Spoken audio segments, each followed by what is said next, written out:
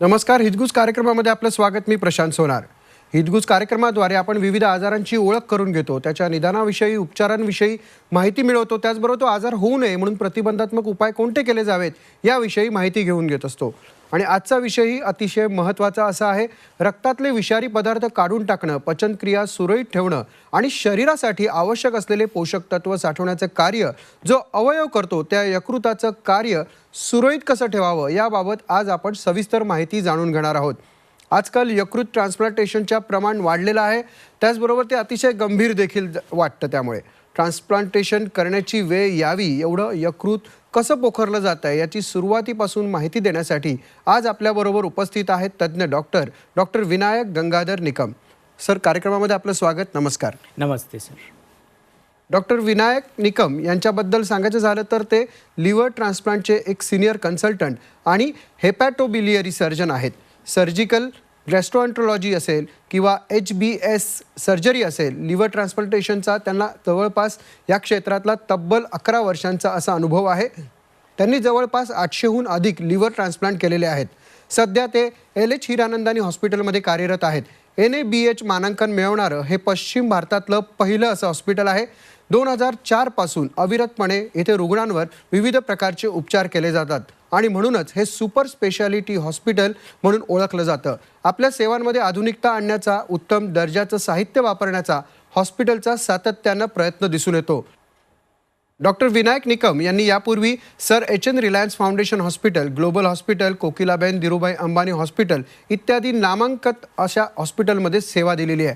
तसंच त्यांनी पुणे, नागपूर, छत्रपती संभाजीनगर, नाशिक, सुरत, वडोदरा इत्यादी ठिकाणी देशातील विविध भागांमध्ये लिव्हर ट्रान्सप्लांटबाबत जनजागृतीपर कार्यक्रम देखील राबवले आहेत.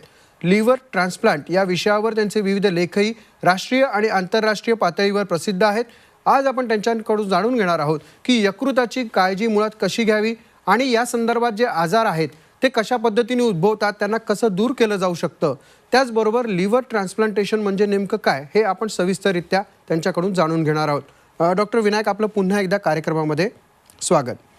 डॉक्टर, सर्वसाधारणपणे लिव्हरबद्दल लोकांमध्ये माहिती आहेच. आता तर सोशल मीडियाचं युग जे आहे त्यामुळे जास्त माहिती कळतच असते, पण कधीकधी त्यातनं गैरसमज देखील होत असतात. पण मुळात यकृत हे शरीराच्या कुठल्या भागात स्थिरावलेलं असतं, त्याचं कार्य कसं चालतं? यकृत पोटातला सर्वात मोठा ऑर्गन आहे. त्याचं वजन अप्रॉक्सिमेटली 1.2 to 1.5 kg आहे आणि तो पोटात उजव्या साईडला लोकेटेड असतो आणि तो अति महत्त्वाचा आणि आवश्यक ऑर्गन आहे. बेसिकली आवश्यक म्हणजे त्याने काम करायचं बंद केलं तर आपण जगू शकत नाही, एवढा महत्त्वाचा ऑर्गन आहे. तर यकृताचे जर तुम्ही बरेच फंक्शन बघितले तर त्याचे 500हून जास्त फंक्शन आहेत. तर ते 500हून जास्त? Yes sir. तर 500हून जास्त फंक्शन आहेत आणि ते बघितले तर ते फार इम्पॉर्टंट आहे लाईफसाठी. येस, नक्कीच. पण डॉक्टर, तुम्ही आता लाईफचा उल्लेख केला, तर बदलती जीवनशैली हा देखील महत्त्वाचा भाग आहे. म्हणजे अवेळी झोपणं असेल, अवेळी खाणं असेल किंवा कुठलाही पदार्थ खाणं असेल, तर याचा शरीरावरती कशा पद्धतीने परिणाम होतो आणि मुळात नेमकं कारण काय असतात यकृत खराब व्हायला? तर त्याच्या आधी आपल्याला हे बघावं लागेल की यकृताची कामं काय आहेत. तर त्याच्यातले काही कामं मी डिस्क्राईब करू इच्छितो. त्यातलं सर्वात महत्त्वाचं कारण जे आहे अन्न पचनाचं. जर लिव्हरमध्ये पित्त तयार होतं आणि ते इंटेस्टाईनमध्ये जाऊन सगळे जे आपण अन्न खातो त्याचं विघटन करून आणि डायजेशन करून ते ॲब्सॉर्ब होतं आणि ते सगळे जसे कार्बोहायड्रेट, प्रोटीन, फॅट हे सगळे जे अन्नाचे घटक आहेत ते लिव्हरमध्ये जातात आणि त्याच्यानंतर चयापचय होऊन त्याच्यात एक डिफरंट काइंड ऑफ फूड जे पार्टिकल्स असतात, म्हणजे प्रोटीन, कार्बोहायड्रेट, फॅट हे बनवले जातात आणि ते आपल्या इतर अवयवांना सप्लाय केले जातात. त्याचबरोबर लिव्हरचं सर्वात महत्त्वाचं कारण फंक्शन आहे ते डिटॉक्सिफिकेशन आहे. डिटॉक्सिफिकेशन म्हणजे शरीरात जाणारे जे टॉक्सिन्स असतात किंवा शरीरात जे टॉक्सिन्स बनतात तर त्यांना डिटॉक्सिफाय करून शरीराच्या बाहेर काढण्याचं काम लिव्हर करत असतो. तिसरं महत्त्वाचं फंक्शन लिव्हरचं आहे, त्याच्यात विविध जे इम्पॉर्टंट घटक आहेत, जसे प्रोटीन्स, स्पेशल प्रोटीन जसं अल्ब्युमिन, जे आपल्या शरीरातलं वॉटर बॅलन्स मेंटेन करतं. जर तो खराब झाला तर पोटात पाणी जमा होणं किंवा पायावर सूज येणं. दुसरा जो घटक असतात जे कोएग्युलेशन फॅक्टर, म्हणजे आपल्याला जखम झाल्यावर रक्तस्राव होतो, तर रक्तस्राव होत असताना जे रक्त गोठतं, ते गोठण्यासाठी जे प्रोटीन्स लागतात तर ते लिव्हरमध्ये बनत असतात. तर हे विविध फार इम्पॉर्टंट फंक्शन्स लिव्हरचे आहेत. आणि आता तुम्ही विचारलेल्या प्रश्नाकडे वळू आपण. तर धकाधकीच्या जीवनात आता आपण बघितलं असेल तर खूप लोक जंक फूड खातात, प्रोसेस फूड खातात, आणि त्याच्यामुळे ओबेसिटी म्हणजे लठ्ठपणाचा प्रमाण खूप वाढत चाललेलं आहे. आणि त्याच्याचबरोबर अनकंट्रोल डायबिटीस आणि डायबिटीजचा इन्सिडन्स खूप वाढत चालला आहे. तर त्यामुळे ह्या गोष्टींमुळे लिव्हरमध्ये खूप फॅट म्हणजे चरबी जमा होते आणि पेशंटचं फॅटी लिव्हर होऊन कालांतराने लिव्हर डॅमेज होतं. इतर कारणं बघितले तर अल्कोहोल हे 30% पेशंटमध्ये लिव्हर डॅमेजला कारणीभूत आहे, म्हणजे मद्य सेवन करणं. अजून कारण बघितले तर हिपॅटायटिस बी विषाणू आणि हिपॅटायटिस सी विषाणूचं इन्फेक्शन होणं. आणि अजून रेअरली काही कारण आहेत, जसं ऑटोइम्यून हिपॅटायटिस किंवा विल्सन्स डिझीज, हिमोक्रोमॅटोसिस और PSC म्हणजे प्रायमरी स्क्लेरोजिंग कोलॅंजायटिस, ज्याच्यावर ऑटोइम्यून हिपॅटायटिस आणि प्रायमरी स्क्लेरोजिंग कोलॅंजायटिस याच्यावर बॉडीचीच इम्युन सिस्टम जी असते, रोगप्रतिकार शक्ती, त्या ऑर्गनवर अटॅक करते आणि डॅमेज करू शकते. हे महत्त्वाचे कारणं आहेत लिव्हर खराब होण्याची. नक्कीच. मुळात ते लिव्हरचा आजार होणं आणि त्याच्यानंतर ते निकामी होत जाणं हे खरं तर गंभीर आहे. पण मुळात याचे काही टप्पे असतात का, की जेणेकरून काही त्या टप्प्यांवर आपल्याला लक्षात आलं तर आपण उपचार करू किंवा काय? हा फार महत्त्वाचा क्वेश्चन आहे, कारण की लिव्हर खराब होत असताना ते अचानक इमिजिएटली खराब होत नाही, त्याला बरेच वर्ष लागतात. हा बऱ्याच म्हणजे स्लोली प्रोग्रेसिव्ह डिझीज आहे, त्याला क्रॉनिक लिव्हर डिझीज म्हणतात. तर त्याच्या टप्प्यांमध्ये जर काही हे आत्ताच आपण एक्सप्लेन केले जे रिस्क फॅक्टर आहेत, जे कारणं आहेत, जे सतत पेशंटवर अटॅक करत असतील, लिव्हरवर अटॅक करत असतील, तर सर्वात आधी पेशंटला फॅटी लिव्हर होणार, ज्याच्यात एक्स्ट्रा चरबी लिव्हरमध्ये डिपॉझिट होणार. त्याच्यानंतर पेशंटला हिपॅटायटिस होणार, म्हणजे लिव्हरची साईज वाढणार, लिव्हरमध्ये दाह होणार आणि त्यामुळे वारंवार इंजुरी लिव्हरला होत राहणार. त्याची पुढची स्टेज असते फायब्रोसिस. जर इन्फ्लेमेशन कंटिन्यू असेल तर फायब्रोसिस म्हणजे लिव्हरमध्ये स्कार फॉर्मेशन होतो आणि त्या स्कार फॉर्मेशनमुळे इफेक्टिव्हच्या लिव्हरच्या पेशी असतात, ज्यांना आपण हिपॅटोसाइट्स म्हणतो, त्यांचे प्रमाण कमी होतो आणि स्कार्स टिश्यू वाढत जातो. जर हा कार्स टिश्यू खूप वाढला आणि मोर दॅन 60-70% पर्यंत गेला तर पेशंटची पुढची स्टेज असते ती सिरोसिस. आणि सिरोसिस झाल्यानंतर कॉम्प्लिकेशन जर डेव्हलप झाले तर पेशंटला लिव्हर फेल्युअर झाले असं म्हणू शकतात किंवा एंड स्टेज लिव्हर डिझीज आपण म्हणू शकतात. नक्कीच डॉक्टर. पण मुळात त्याच्या चाचण्या काय असतात टेस्टिंगच्या, कारण कसं झालं हे कसं कळणार, कशा पद्धतीने असतं? तर कधीही पेशंट आमच्या OPDमध्ये आला तर त्यावेळेस आम्ही क्लिनिकल एक्झामिनेशन आणि हिस्ट्री टेकिंग करतो, म्हणजे पेशंटचे सिम्पटम्स आणि त्याचे एक्झामिनेशनच्या फाइंडिंग काय आहेत त्या जाणून घेतो आणि त्या सगळे लक्षणं किती दिवसापासून आहेत हे सगळं व्यवस्थित नोट डाऊन करतो हिस्ट्रीमध्ये. आणि त्याच्यानंतर महत्त्वाच्या ब्लड टेस्ट आम्ही सजेस्ट करतो. त्याच्यात लिव्हर फंक्शन टेस्ट ही फार महत्त्वाची टेस्ट आहे. त्याच्यात आम्ही total bilirubin, direct bilirubin, SGOT, SGPT, albumin, protein and alkaline phosphatase, GGT ह्या टेस्ट करतो. त्याच्याबरोबरच PTINR ही महत्त्वाची टेस्ट आहे. त्याच्यामुळे आपलं रक्त गोठण्याची शक्ती किती आहे लिव्हरची ती कळते.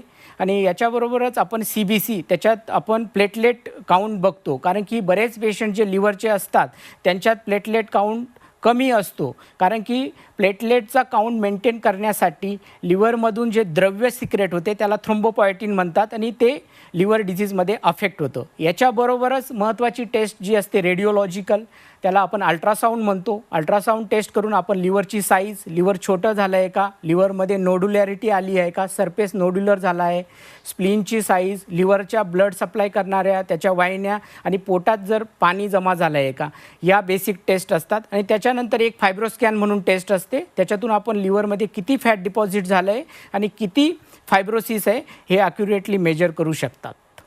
डॉक्टर, मगाशी तुम्ही उल्लेख केला लिव्हर सिरोसिसचा. मुळात हा आजार कशा पद्धतीने म्हणजे काय असतो काय? सर, लिव्हर सिरोसिस मीन्स हे सगळे टप्पे पार करत जेव्हा लिव्हर्समध्ये फायब्रोसिस खूप जास्त होते आणि इफेक्टिव्ह हिपॅटोसाइट्स ज्या काम करणाऱ्या पेशी असते त्यांचे प्रमाण खूप कमी होते आणि लिव्हरमध्ये खूप गाठी जमा होतात आणि त्यामुळे लिव्हरचं काम करण्याची शक्ती खूप कमी होते. या प्रकारालाच आपण लिव्हर सिरोसिस म्हणतो. पण मग गाठी जमा होतात हे लक्षण असतं की अजून काही लक्षण असतं की जेणेकरून त्या सामान्य माणसाला कळू शकतं? तर हे गाठी जमा होणं आणि लिव्हरची साईज कमी होणे हे रेडिओलॉजिकल फाइंडिंग आहे. पण त्याचे सिम्पटम्स जर बघितले तर त्याचे सिम्पटम्स म्हणजे विकनेस, लगेच थकवा येणे, काम करूसे ना वाटणे, डोळे पिवळे होणे, लघवी पिवळे होणे, रक्ताची उलटी होणे किंवा लॅट्रिनमध्ये रक्तस्राव होणे किंवा लॅट्रिन ब्लॅक होणे, पायावर सूज येणे, पोटात सूज येणे आणि पोट फुगणे किंवा पोटात पाणी जमा होणे किंवा जे टॉक्सिन्स असतात बॉडीमध्ये, मगाशीच आपण चर्चा केली, ते टॉक्सिन्स ब्लड लिव्हर फिल्टर करते. जर ते लिव्हर खराब झालं आणि फिल्टर नाही झाले तर ते टॉक्सिन ब्लडमध्ये फिरत असतात आणि ते फिरत असताना आपल्या ब्रेनवर जातात आणि ब्रेनवर पण ते इफेक्ट करतात आणि त्याच्यामुळे गफलत होणे, गोंधळणे, झोपून राहणे, ह्या लिव्हर फेल्युअरमध्ये होणाऱ्या कोमा असतो ब्रेनवर इफेक्ट होऊन. येस डॉक्टर, लिव्हर ट्रान्सप्लांटेशन हा देखील आपला एक महत्त्वाचा आजचा विषय आहे, तर त्याविषयी सविस्तर काय सांगाल? लिव्हर ट्रान्सप्लांटेशन बेसिकली जेव्हा लिव्हर एका रुग्णाचे खराब झाले म्हणजे त्याला सिरोसिस झालं आणि सिरोसिसबरोबर त्याला कॉम्प्लिकेशन्स डेव्हलप झाल्या. कॉम्प्लिकेशन्समध्ये आता आपण जे डिस्क्राईब केले आणि त्या कॉम्प्लिकेशन मेडिकल मॅनेजमेंटने कंट्रोल होत नाही आहे आणि त्या सिरोसिसमुळे त्याची क्वालिटी ऑफ लाईफ अफेक्ट होते आहे. पोटात खूप पाणी जमा झालं आहे पण मेडिसिनला रिस्पॉन्स येत नाही किंवा मेडिसिनच्या कॉम्प्लिकेशन्स होत आहे, वारंवार रक्ताच्या उलट्या होत आहेत, पेशंटचे मसल मास स्नायू खूप वीक झाले आहे आणि मेजॉरिटी ऑफ द टाईम्स तो बेडवर झोपून राहतो आहे. तर जेव्हा एंड स्टेज लिव्हर डिझीज होतो आणि सगळ्या ह्या कॉम्प्लिकेशन्स होतात आणि मेडिकल मॅनेजमेंटला रिस्पॉन्स येत नाही, त्यावेळेस आम्ही त्यांना लिव्हर ट्रान्सप्लांट सजेस्ट करतो. त्याच्यासाठी आम्ही MELD sodium score, MELD sodium score असतो, त्यावर आपण बघू शकतो की severity of the liver disease किती आहे. जर मेल्ट स्कोअर मोर दॅन 15 असेल तर आम्ही त्यांना ट्रान्सप्लांट सजेस्ट करतो, पण 20पेक्षा जास्त असेल तर तो जास्त म्हणजे लिव्हर डिझीजमुळे जीवाला धोका जास्त असू शकतो, म्हणून आम्ही त्यांना थोडं अर्जंट लिव्हर ट्रान्सप्लांट करण्यासाठी सजेस्ट करतो. तर लिव्हर ट्रान्सप्लांट म्हणजे काय, तर जे निकामी झालेले लिव्हर आहे रुग्णाचे ते काढून तिकडे एक हेल्दी लिव्हर आम्ही इम्प्लांट करतो किंवा आम्ही त्याचं इम्प्लांटेशन करतो. त्या प्रक्रियेला लिव्हर ट्रान्सप्लांटेशन म्हणतात. तर ते लिव्हर ट्रान्सप्लांटेशनमध्ये पूर्ण लिव्हर किंवा रुग्णाच्या नातेवाईकाकडनं आपण थोडासा लिव्हरचा तुकडा घेऊन तिकडे लावू शकतो. याला लिव्हर ट्रान्सप्लांटेशन असं म्हणतात. मग याचे काही विविध प्रकार आहेत का आणि त्या प्रकारानुसार काही खर्चाचं काही प्रमाण साधारण असतं का? येस, तर हा फार इम्पॉर्टंट क्वेश्चन आहे सर. लिव्हर ट्रान्सप्लांटेशनचे प्रमुख 2 प्रकार आहेत. कॅडाव्हरिक लिव्हर ट्रान्सप्लांटेशन म्हणजे ब्रेन किंवा मेंदू मृत जो पेशंट असतो तो आपले ऑर्गन डोनेट करतो आणि त्या ट्रान्सप्लांटेशनला आपण कॅडाव्हरिक लिव्हर ट्रान्सप्लांटेशन म्हणतो. आणि दुसरे टाईपचे लिव्हर ट्रान्सप्लांटेशन असे त्याला लिव्हिंग डोनर लिव्हर ट्रान्सप्लांटेशन आपण असे म्हणतो. त्याच्यात जो जिवंत दाता असतो तो आपले यकृत डोनेट करतो, त्याच्यातला आपण काही पार्ट सेफली काढून रुग्णाला देऊ शकतो. ही 2 टाईपचे मेन लिव्हर ट्रान्सप्लांटेशन असतात. परत आपण हे ट्रान्सप्लांटेशन पिडियाट्रिक ग्रुपमध्ये म्हणजे लहान मुलांमध्ये पण करू शकतो, त्याच्यात लेफ्ट लॅटरल सेगमेंट घेऊ शकतो आणि हे प्रामुख्याने लिव्हर ट्रान्सप्लांटेशनचे टाईप्स आहेत. साधारण खर्चाचं काय प्रमाण असतं? खर्च more than almost 90% of the patient जे स्टेबल असतात, आजारी असतात पण स्टेबल असतात, त्याच्यात अराऊंड 19 to 20 लॅक्समध्ये हे ट्रान्सप्लांटेशन पूर्ण कंप्लीट होते. त्याच्यात डोनर सर्जरी, रेसिपेंटचं operation, ICU stay, hospital stay आणि हा पूर्ण पॅकेज असतो आणि त्याच्यात ते रिकवर होतात. डॉक्टर, लिव्हर ट्रान्सप्लांटेशन झाल्यानंतर त्या रुग्णांनी कशी काळजी घ्यावी आणि तुम्ही जो म्हणालात की जो एक लिव्हिंग डोनर असतो तर त्यांनी देखील कशा पद्धतीने काळजी घ्यावी? तर सर, लिव्हिंग डोनरसाठी जे आम्ही सिलेक्शन क्रायटेरिया असतो, जेव्हा पेशंटबरोबर रिलेटिव्ह येतो की आणि डोनर होण्याची इच्छा व्यक्त करतो, त्यावेळेस आम्ही सगळी त्याची हिस्ट्री जाणून घेतो आणि त्यानंतर सगळ्यात महत्त्वाचे 4 पॅरामीटर्स आम्ही सुरुवातीला बघतो. त्याच्यात 18 to 55 age group, donor healthy असला पाहिजे शारीरिक ॲज वेल ॲज मानसिक दृष्टीने. आणि तिसरी गोष्ट, त्याचा ब्लड ग्रुप मॅच झाला पाहिजे. मॅच म्हणजे ओ ब्लड ग्रुप सगळ्यांसाठी देऊ शकतो, युनिव्हर्सल दाता येतो. आणि AB ब्लड ग्रुपचा रेसिपेंट असतो, तो सगळ्यांकडनं घेऊ शकतो. आणि A असेल तर O किंवा A देऊ शकतो, B असेल तर B किंवा O त्यांना देऊ शकतो. आणि चौथी सर्वात महत्त्वाची गोष्ट म्हणजे नातेवाईक असणं जरुरी आहे. तर इंडियन ह्युमन ट्रान्सप्लांट ॲक्ट आहे, त्याच्यानुसार नातेवाईक असणं, दाता हा नातेवाईक असणं हे फार महत्त्वाची गोष्ट आहे. तर ह्या गोष्टी सगळे पॅरामीटर्स बघितल्यानंतर आम्ही पेशंटला त्याचं कसून चेक करतो. त्याच्या heart, lung, brain, kidney, liver सगळ्या टेस्ट करतो. मल्टीडिसिप्लिनरी टीममध्ये त्याचं पूर्ण डिस्कशन होतं आणि ते डिस्कशन झाल्यानंतर जर त्या डोनरला काहीही रिस्क नसेल आणि तो 100% फिट असेल तर आम्ही त्या डोनरला ॲक्सेप्ट करतो.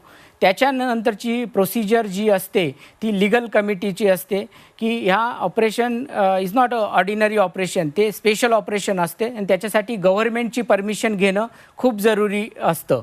तर म्हणजे गव्हर्मेंटची परमिशन म्हणजे खूप जटिल प्रक्रिया आहे असं काही नाही आहे, ते हॉस्पिटलमध्ये आपल्याला मिळू शकते आणि त्याच्यासाठी प्रत्येक जे ट्रान्सप्लांट सेंटर्स आहेत तिकडे त्यांना मदत होते हे कमिटीचं अप्रुव्हल मिळण्यासाठी.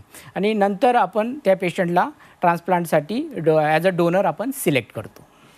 डॉक्टर, पण मुळात आपण जसं सुरुवातीला मी म्हटलं की आपण या कार्यक्रमाच्या माध्यमातून प्रतिबंधात्मक काळजी देखील घेण्यासाठी सांगतो. तर तुम्ही या संदर्भात म्हणजे मुळात यकृताचे हे आजार होऊ नयेत म्हणून काय प्रतिबंधात्मक उपाय सुचवाल?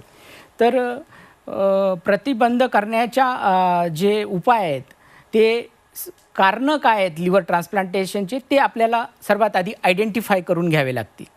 तर पहिलं कारण जे मी सांगितलं, 30% जे पेशंट्स OPDमध्ये येतात ते अल्कोहोल कन्झम्पशन त्यांचं खूप जास्त असतं. तर अल्कोहोलचं कन्झम्पशन टाळलं पाहिजे. स्पेशली जर लिव्हर डिजीज माहिती असेल तर त्या व्यक्तींनी अल्कोहोलला हातसुद्धा लावला नाही पाहिजे, नाहीतर त्यांच्या लिव्हरला खूप जास्त डॅमेज होऊन ते सिरोसिस आणि नंतर ट्रान्सप्लांटच्या स्टेजपर्यंत पोहोचू शकतात.